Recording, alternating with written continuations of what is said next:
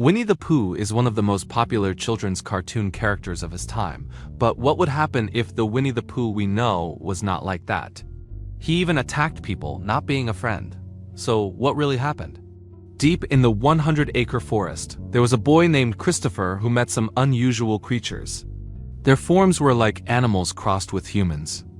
The creatures introduced themselves to Christopher. There were owls, rabbits, Eeyore, Piglet, and Winnie-the-Pooh. Christopher, who was still innocent, did not consider them a threat, and vice versa. They became friends since then.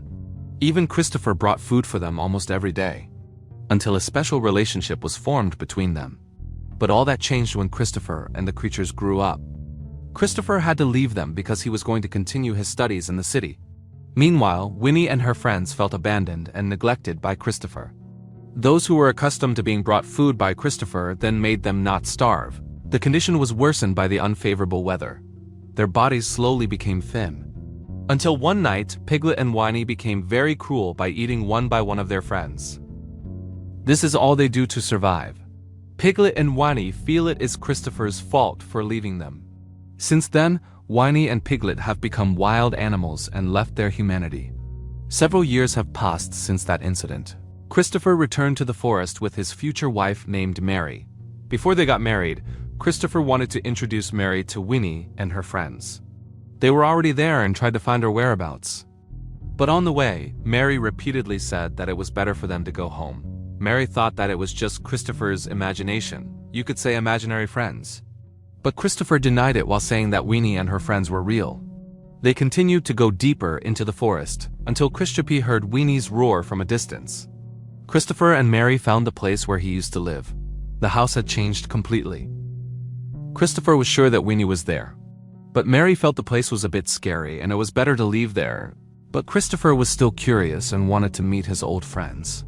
They entered the house and saw a lot of things that had changed. Then soon there was the sound of footsteps approaching. Mary and Christopher hid. This time Christopher was really scared. And it turned out to be Winnie. She was very big and scary. Even Christopher almost didn't recognize her. They were still hiding until night. When there was a chance, they tried to escape from there, but their steps were discovered by Piglet. Piglet strangled Mary's neck using a chain quite hard. Christopher asked Piglet to stop doing that, but in vain. Piglet was very cruel and brutal. He killed Mary that night. Christopher had no choice but to leave Mary, but he was trapped by two wild animals who were his friends when he was little. Piglet and Winnie caught Christopher, even though Christopher repeatedly said he was sorry and would not leave them. It was in vain. Christopher was dragged into a cave and shown the corpses of his friends. News of Winnie and Piglet's cruelty spread widely in the newspapers. The government warned residents not to approach the 100-acre forest because almost everyone who went there never returned. Meanwhile, this young woman was named Maria. At that time, she was undergoing therapy with a psychiatrist. She had problems with her past. Maria and her friends planned to go on vacation to a cabin located near the forest. She stopped to refuel, but it turned out that nothing had worked there for several years. Maria met the local residents and they seemed friendly and kind. After that, Maria continued her journey and arrived with her friends at a cabin that was quite large but looked old. Maria and her 4 friends were a little doubtful, but inside the cabin it turned out to be nice. There was even a jacuzzi. Their purpose of vacationing there was to get rid of the bad habit of playing on their phones all day and get closer to nature. All phones were confiscated and turned off. Meanwhile, on the other hand, there were friends who were still left behind and seemed to have gone the wrong way. The woman tried to contact Maria, but it was inactive, so she left a voice message for them. The woman tried to walk deeper into the forest, which she did not realize was called the 100-acre forest. Then soon she heard and saw a tall figure, and it was Winnie. The woman was chased until she hid in an abandoned factory. As much as possible, she did not move and make a sound, but unfortunately Winnie got her, tore her clothes, and then put her in a grinder. Meanwhile, Maria and her friends gathered while telling each other's past. At that time, Maria was the first. Maria had a bad experience while in her apartment. One night, she felt someone was watching her from outside the window. When she looked, it turned out there was an eye watching her. At that time, the police could not find who the perpetrator was. The terror continued the next day. When Maria was sleeping, there was a man who came in and sat beside Maria's bed. The man slowly wanted to take off Maria's clothes, but luckily Maria woke up and reported the incident to the police. Meanwhile, Winnie was in her house. There were many human corpses that were only bones. And what was even more surprising was that Christopher was still alive, his hands tied up with several wounds on his body.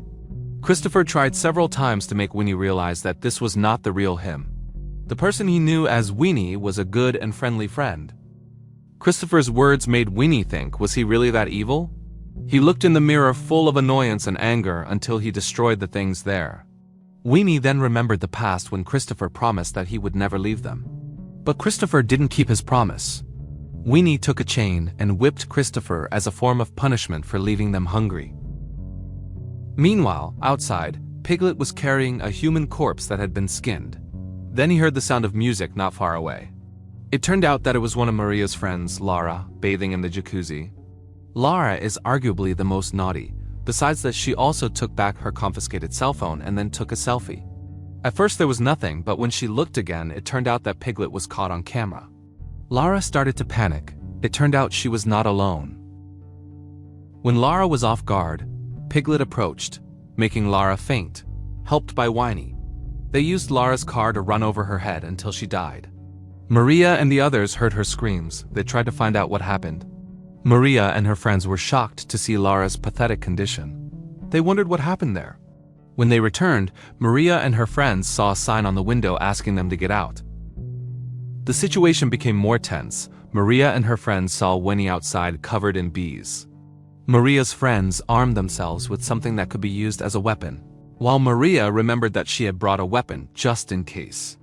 At that time they scattered. 2 of Maria's friends were attacked by Piglet. One of them did not survive. The other fainted and was carried by Piglet and Winnie.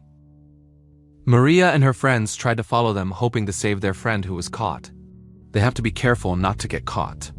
Her friend was tied up and beaten by Winnie, but he still survived. Maria tried to save him when she had the chance. Then they wanted revenge and looked for Piglet. In the house they found Christopher. He was still alive and broke free from the bondage. When Christopher was released, it turned out that there was still another woman tied up. Maria and her friend released the woman and wanted revenge for injuring her face. The woman took Maria's weapon, but unfortunately her efforts were in vain. The woman was no match for Piglet and Winnie. When Maria and one of her friends ran away, her friend named Alice actually hit Piglet until he fainted. Then Alice tied him back and gave him several blows until finally Piglet died. Meanwhile, Winnie, who was chasing Maria and her friend, heard Piglet's screams. Winnie was angry and then killed Alice sadistically. Meanwhile, Maria and her friend tried to escape and saw a car passing by. It turned out to be the owner of an old gas station. Maria asked for help to be taken away from there. They did not believe that Maria was attacked by Winnie-the-Pooh. Then they saw it with their own eyes and heads. The man called his friends to teach Winnie a lesson.